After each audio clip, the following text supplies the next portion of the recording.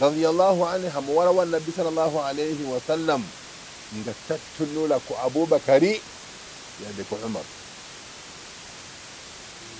nga balinga abagamba nti babanyaga obukulembeze. Wallahu a'lam bisawab. Allah yasinga okumanya ekituufu. Naye nga abawandiisi b'ebitabo batunnyonnyola ekituufu kyekiriwa. Kubanga nabbi sallallahu alayhi wasallam okubeera nga addira omuddu we Abubakar n'amulagira asaaze swala, kabonero akaali kalaga nti waliwo ekinaabeerawo. Muru Ababakari liyusalliya binnaasi, lagira Abubakari asaaze abantu, kiraga nti waliwo ekintu ekyekusifa ekyebuuza. Omaru bamusitula bamutwala ewuwe, yaliyo ennaku 3 zokka n'afa, 3 zokka n'afa, era n'aziikibwa biseera bya kumakya.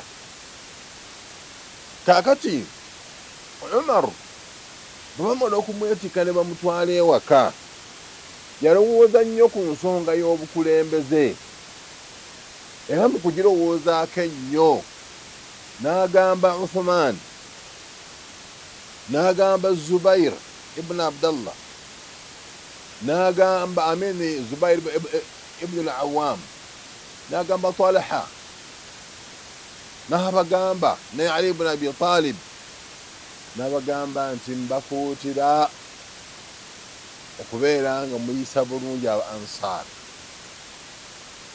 n'okubeera nga mulonda omuntu mummwe agenda okusigala ng'akulembera abasiraamu. Talina muntu gwe yasongamu olugalo nti mulondo ono. Wabula Umaru amaanyi ge gonna yagassa ku bantu bali nabbi bwe yafa ng'abasiimye, era nga abawadde amawulire amalungi nti Allah abasiimye era agenda kubayingiza ennyumba y'emirembe. Kati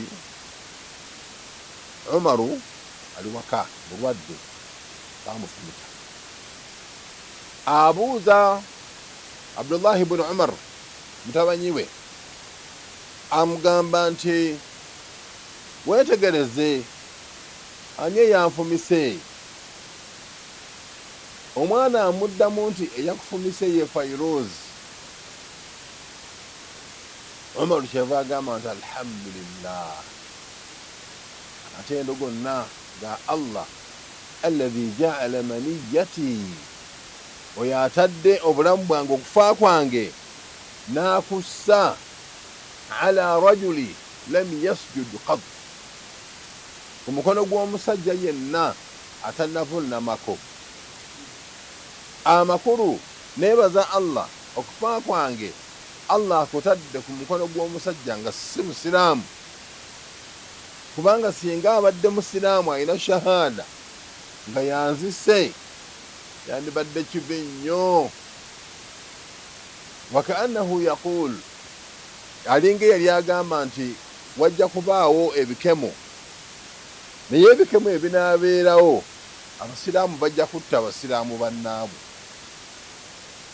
Kati Umaru yeebaza Allah, aganze Allah mwebaza, era kye mwebazaako okubeera nga okufa kwange akutadde mu mikono gy'omuntu nga si musiraamu naaba nga yanzise. Nolwekyo Umar ali waka mulwadde, delegation y'abantu negenda ng'erina kyeyagala, nemugamba nti ani agenda okutwala obukulembeze? Nabagamba nti simanyi, naye singa mbadde nyina obusobozi nga ne Abu Ubaida mutannafa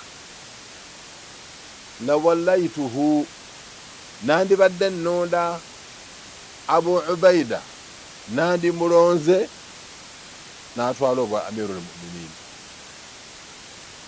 فإذا سألني ربي الله وانا بانغا amumbuzizzaako yawma alqiyama nandi mugambye nti lwaki siwa bukulembeze rajulun sami'tu rasulallahi sallallahu alayhi wasallama yaqulu fihi omusajja gwe nawulirako nga nabbi agamba nti inna likulli ummatin amin buli kibiina kyonna kiba n'omwesige wa aminu hadhihi l umma abu ubaida naye ng'omukulembeze w'ekibiina kino ni abu ubaida naye kyansembi abu ubaida yali yamala okufa abu ubaida yafa ku mulembe gwa umar bnu lhatabi radiyallahu anhu bwe baamala n'addamu n'agamba nti singa si ki lawallaitu salima nandibadde baliwo sahabi gwe bali bayita salimu naga nti salimu ono gwe nandibadde mpa obukulembeze law sa'alani llah allah bw'aba mbuuzizza lwaki salimu wamuwa obukulembeze nagamba nziramu neŋŋamba nti nawulira omubaka sallallahu alayhi wasallama ng'agamba nawulira omubaka sallallahu alayhi wasallama ng'agamba nti inna salima shadidun fi hubbi llahi wa rasulih wamaanyi nnyo mukwagala allah nomubaka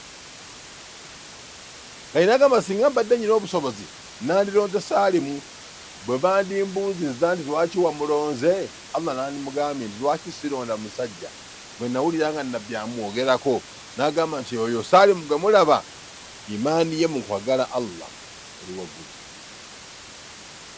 olukyeva amugamba nti tonnatuuka watuufu nagamba nti walle ibnaka abdallah w'omwana wo abdallah abeere mu kintu first son abeere mu kintu agamba audhu billahi min ashaitani rajim omaru nakyesamba nasaba ne allah ati musonyiwe era nagamba nti mu nyumba yange ya umaru allah yali yasaamu ngenze njagala mukkirize nze umaru nsigale nga nze agenda okubuuzibwa nzekka mu famire ya umaru kyagala kugiyingizaamu mulala akati bwamala ayita uthman ayita abdurahman bnu auf ayita ali bnu abi talib ayita zubair ibnu al-awwam ayita talha bwamala okubayita abagamba nti mutuule muteese mulabe ani agenda okudda mu kintu kino nga talina gwalonze wa indalla dhalika ekyo singa kibanga kiina kikyali kiraga nti umaru teyayagala bantu kukubagana umma kulwana yayagala abantu bennyini basobole okubeera nga beerondera omuntu owaabwe gwe bawulira muli nga baagala kikuume emisaayi gyabwe gireme kuyiika oyo yali umaru ate bwe yamala n'afa naye yagenda okufa nga alina talabu gy'asabye ng'asabye nti mugende munsabireko aisha mama waffe aisha radiyallahu anha munsabireko anzikirize nange banziike wali era yali bayina dhalika era nabaga naye waaba agaanyi munteeke bwe muteeka abalala aisha nakkiriza era bwati umar bnu al-khattabi naziikibwa mu kisenge kya aisha okumpi ne abubakari siddiq radiyallahu anhu awamu ne nabi muhammadi sallallahu alayhi wasallam nafa naziikibwa biru neggwa bano ne batuula bwe batuula buli omu n'atunuulira munne buli omu nga nti uthmani baako kyoyogera nti sirina ali baako kyoyogera nti sirina buli omu yenna ngaatya obukulembeze bwe baamala babuuza ali nti bw'oba oweereddwa chance okubaako n'omuntu gw'olonda ani gwe wandibadde olonda n'addamu n'agamba nti gwe nandibadde nnonda ye Uthman ibn Affan radiyallahu anhu bwera ndibadde ennonda. Uthmani n'ayagala agaane, Ali n'akinywererako okutuusa abantu bonna lwe bakkiriza nti ye tusiimye okulonda kwa Ali ibn Abi Talib, tusiimye. Era bwati Uthmani n'alondebwa okubeera Amirul Mu'minin. Uthmani ibn Affan radiyallahu anhu mwana muwarabu, nzaalwa ye Twaifa. Bamuzaala nabbi ng'amaze okuzaalibwa bawiseewo emyaka 6. That means nabbi yali amusinga emyaka 6 gyokka. Naye ng'era 6 mungi. Olaba nze nyina ansingako emyezi 2. Eneera nze mukulu we agenda neyeerwanako, twazaalibwa wamu, koza oli mukulu wange. So Uthman ibn Affan yazaalibwa Taif mu mwaka ogw'omukaaga nga bamaze okulumba Kaaba, Amul Fil, oba nabbi nga okuva lye yazaalibwa ng'emyaka giri 6.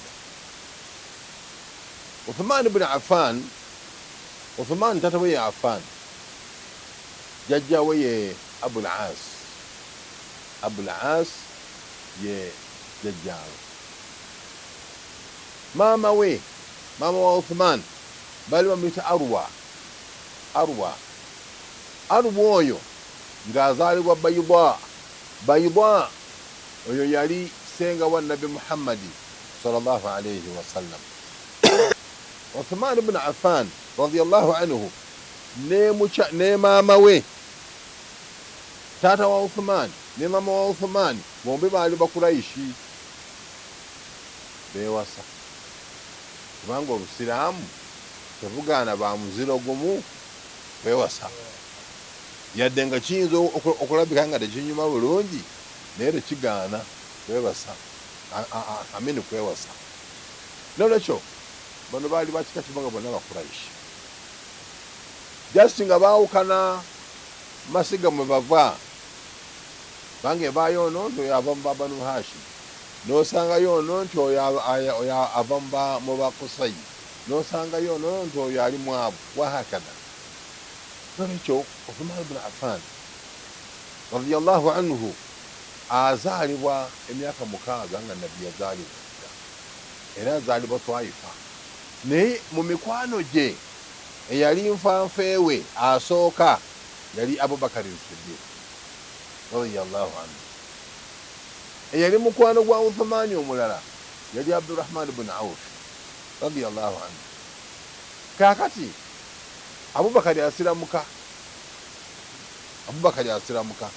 Abubakar bw'asiramuka n'agenda okutandika okukola da'wa. Bwe yagenda okukola da'wa n'agikola ku mukwano gwe Uthman, n'amuyita asiramuke abeere musiraamu. Uthman n'akkiriza, n'abeera nga Uthmani asiramuse ku mukono gwa Abubakar as-Siddiq radiyallahu anhu. Gwali mulimu gwa kusiramula bantu, era yasiramula n'abasajja nga Abdurrahman ibn Auf, yasiramula abasajja nga Talha, yasiramula abasajja nga bangi be yasiramula. Omusajja oyo n'asiramuka. Omusajja oyo Uthman ibn Affan yali muko w'embuga, yali yawasaayo, yawasa omuwala gwe bali bayita Ruqayya, muwala wa Nabi Muhammad sallallahu alayhi wa sallam. Abantu bano bombi baasiramuka. Uthman n'asiramuka, ne Ruqayya naye n'asiramuka. Abaffe omwana wa Nabbi teyali musiraamu, teyali musiraamu, yasiramuka busiramusi. Era bwe babeera mu Makka ng'embeera etabuse, Uthman n'agamba mukyala we nti embeera egaanyi, kye tulina okukola twetegule tugende Shaami. Era mu basahaba abaasooka okusenguka okugenda Shaami, Uthman ibn Affan ne mukyala we Ruqayya bali ku mwanjo. Kati Uthman yali muko ew'omubaka sallallahu alayhi wasallam. Uthman ibn Affan oyo bw'agenda mu Habasha mu Ethiopia ng'asenguse, bwe yalaba embeera nga bamugamba nti kati embeera eri yaddeko ng'omubi omweru, n'akomawo e Makka n'abeereyo n'omubaka hatta hajara ma'ahu ila al-Madinati al-Munawwara, n'abeera e Makka mpaka lyasenguka n'omubaka sallallahu alayhi wasallam. Ne bagenda oleka bagenda e Madina bombi. Tegeza yali mukwano gwe nnyo omusajja oyo. Uthman yali musajja mugabi era mulwanyi, wabula ekyembi nti yalwana entalo zonna okujjako Ghazwat Badr teyalimu. Naye nga Uthman ekimugaana okubeera e Badiri sigamba nti yagaana bugaanyi, sigamba nti butiitiizi. Ensonga evaako agaane okugenda e Badiri, mukyala we Ruqayya yali mulwadde.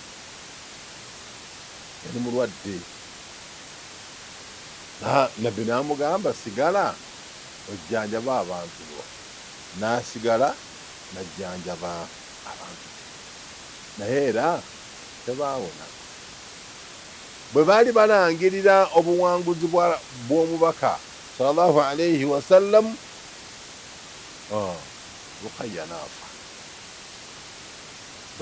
Ruqayya yafa, Nabbi nga baakamaliriza okulwana olutalo lw'e Badiri, n'afa. Naye bw'amala okufa Nabbi ng'akomyewo, waka waaliwo omuwala omulala gwe baali bayita Ummu Kulthum.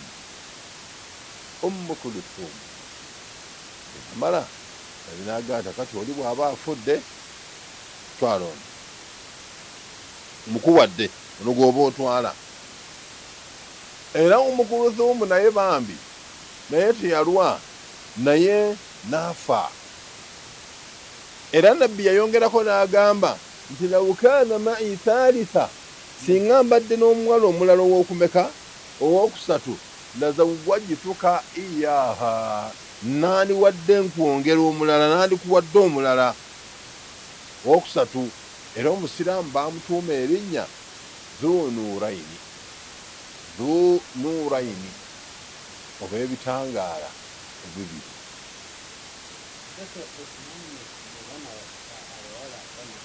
Sallallahu alayhi wasallam yabafunamu ezadde,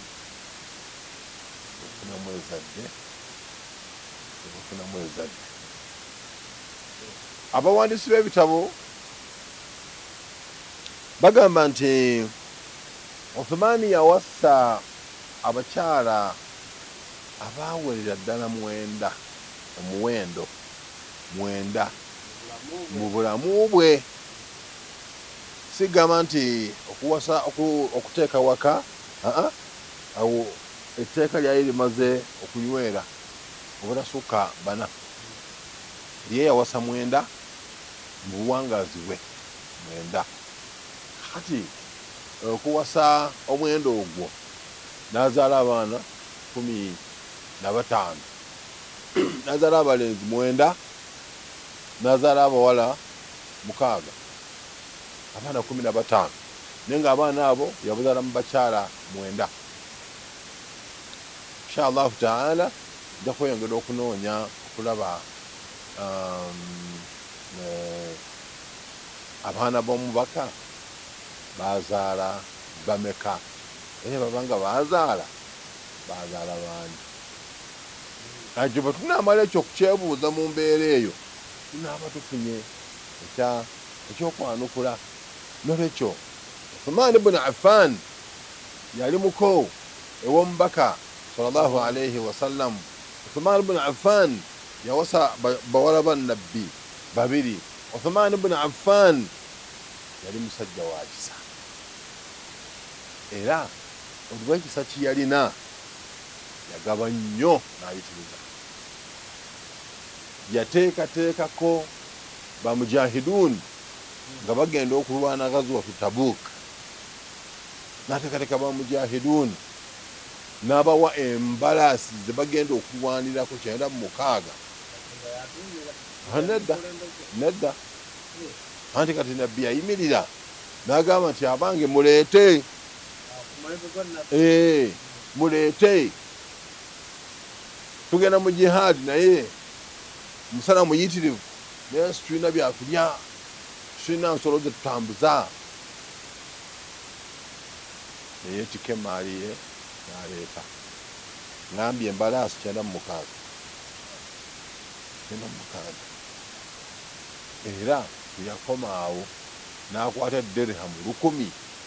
Edirhamu 1000 essaawa eno muvaamu emiliyoni nnamba ey'essente, n'agikwata n'agiwaayo fi sabilillah.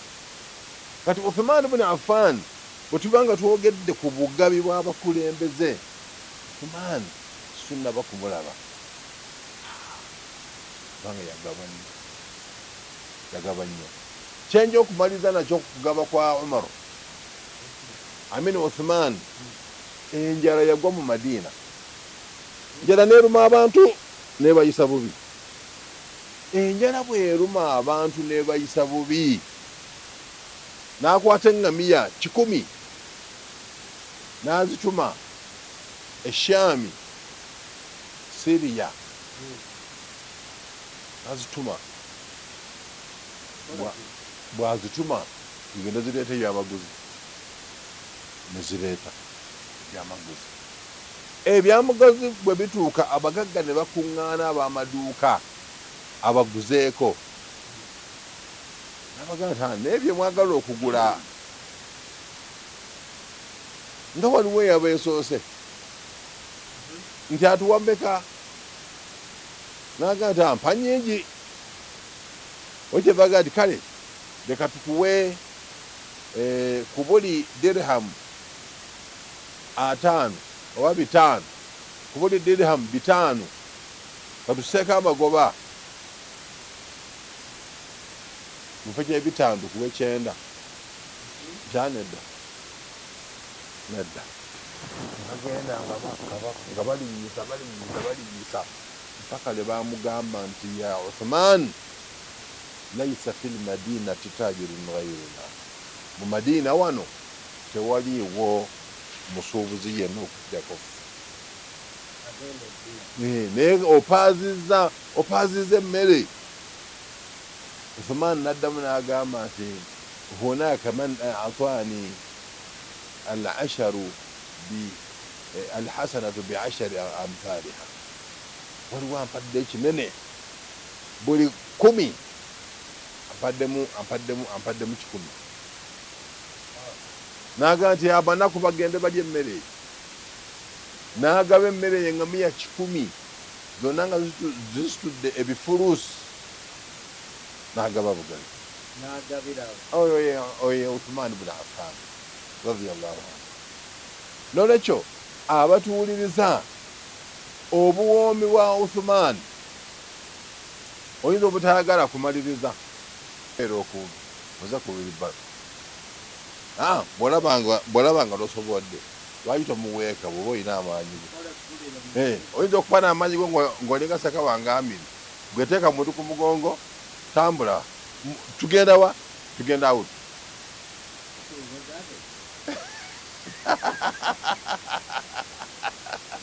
So yakati ekyakolebwako kwezo kyekyo ekyokubiri ekyakikolebwa mwabeerangamu emizannyo,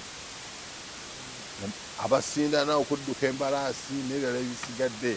Gwe naawe osobola okugamba obwo kati gw'ogamba muwala wange kalange muwala wange leero ampaaneko. Osobola omuganda mama wabana tugende tulabe ku mupiira. Temugenda mu kadongo kamu, oyinza ogenda mu kadongo kamu nga tomanyi biriyo, ogenda okutuukayo nga waliwo omuvubuka ono omunyonyi nebikusobera nebikusobera nebikusobera nayimba ebigambo ngaotunula ku muno naye ngolaba bikusobera, naye mugenda nemutuulaawo nemulaba omupiira. Ebyo tebibaawo ku Krismasi. Lwaidi mutambule mugende, wandibadde omutwala ku kyenyanja naye omuntu akuse bwaba nga akyali mu bakyanywa soda abakyagula endwadde zaabwe eza soda, muwe sente agende anyeyo obulwadde bwa soda. That's all. Naam.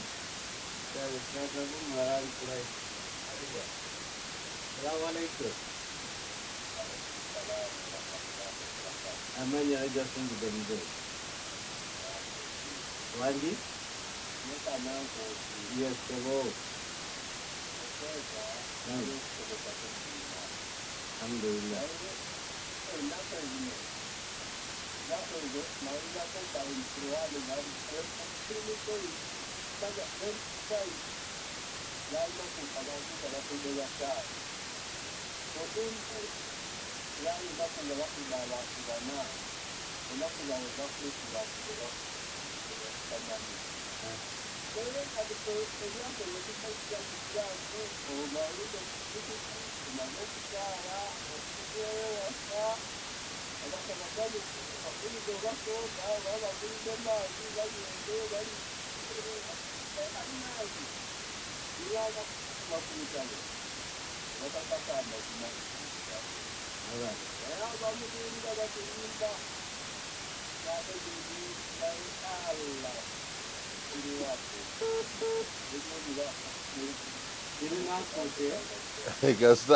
Gasita n'omanya nti akulimba gaga omuleka mu firimu ye ng'afiiramu.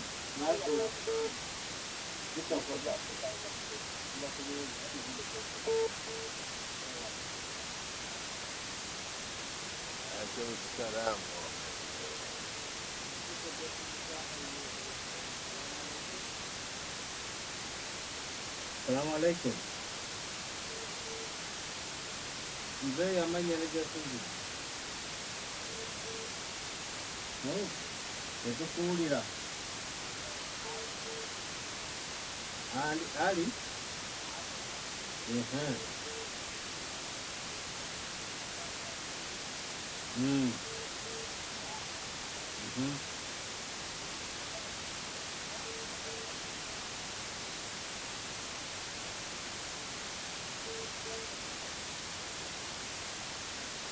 Wangi?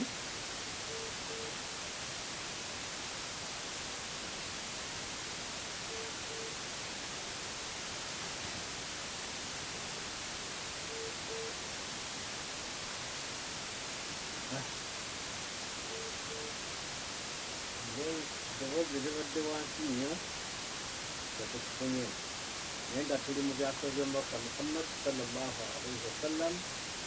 Oba olina kyoyogera oba olina kyoyagala okumanyako zonna kuvuga ala obenga omuyisibwa wangi.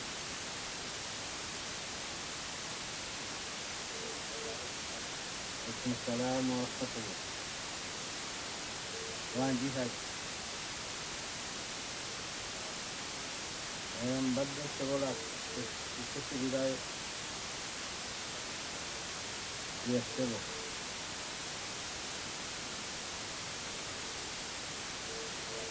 Amin. Amin.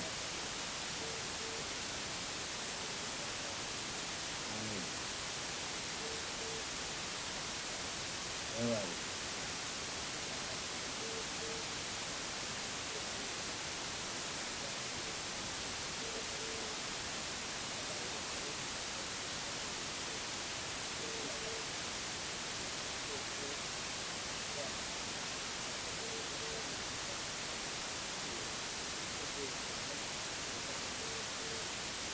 Ashraf. Kena.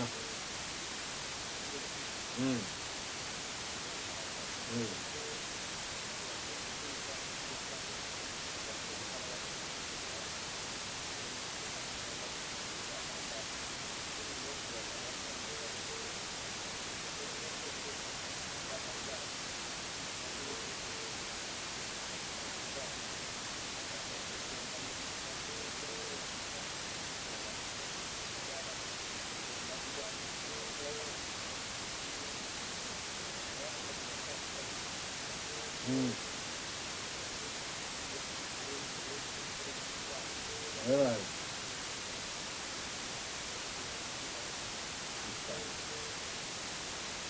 Okay, omukulu Ashraf Nabuyo adde asaba abantu abaleetera ebirungi byasala ekiteeka kino ekibadde kusaba bakibano bakwate ku nsonga y'enkawo ekibadde ekiteekisa salaamu alaikum. Alaikum salaam wa rahmatullah. Aha, baba nkuwulira.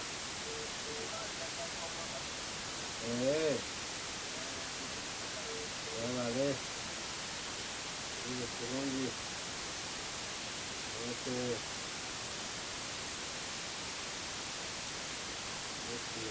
Waliwo ki?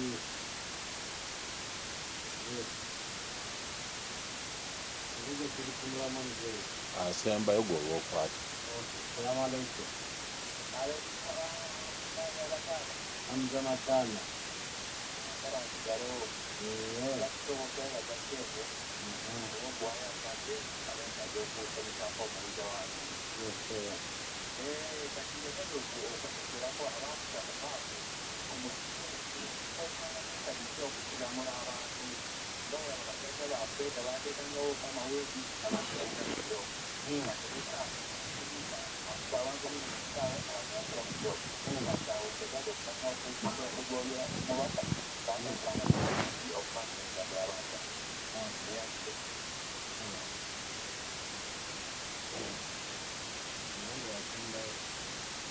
gwaro yasembayo oli mulimu. Salamu alaikum. Salamu alaikum.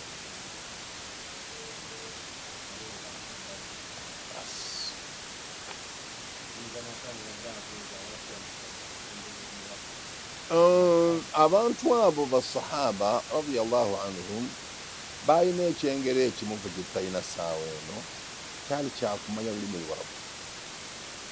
Ngera bw'oba omugambye nti qul la ilaha illa allah, amakulu agategeera, era amakulu yagategeeranga nti buli lweŋŋamba nti la ilaha illa allah sigenda kuddamu kuzinambala, kubanga baali bamanyi olulimi, era ebigambo ebyali bivaako abantu abo okusiramuka tebyabeeranga na bingi.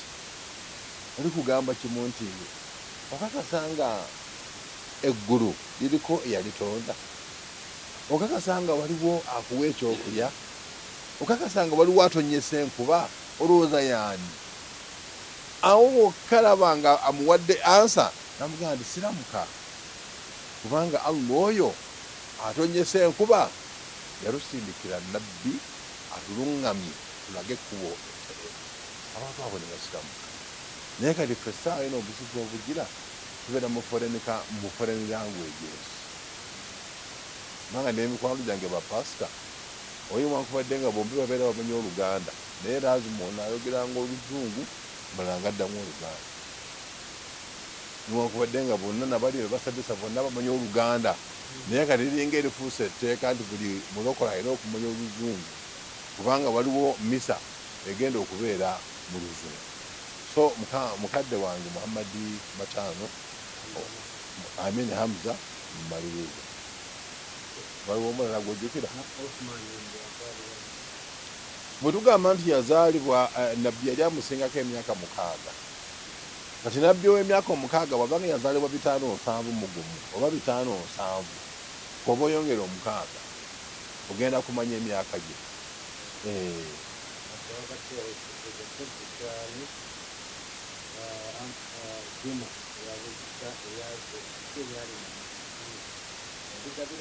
Mmere yali mmere nga mubeeramu eŋŋano, mwabeerangamu emigaati, mwabeerangamu omuzigo, mwabeerangamu ennyama ey'omukalo. Yes, nga byagabira abantu balya emmere. Naam, tewaliwo kibulo kirala awo kyoweerabidde?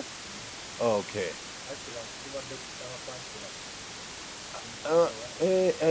abantu abo lukyeyongera okubasaba kubuli bafuna ebyabakooya tebajja seeka kiti Kasumira Mabani yali akavanga eno emyaka mingi kyetaaga omuntu n'amala emyaka 2 oba gumu kitundu nga mumukomyawo naye buli mukomyawo amangu kati basooke bamanyiire ffe baseeka baabwe baasi bwe banamala okutumanyira obulungi baasi lyoke tubaleetere bali awataliiwo naye nga weebali yes weebali batufiiringeko twebaza omulundi guno abantu bataddemu obwesige seminaazi zaffe twazigenzengako era ne zijjula abantu mashallah ntubanga tuli basiimu njagala Rolex mpaayemu naawe mpaayemu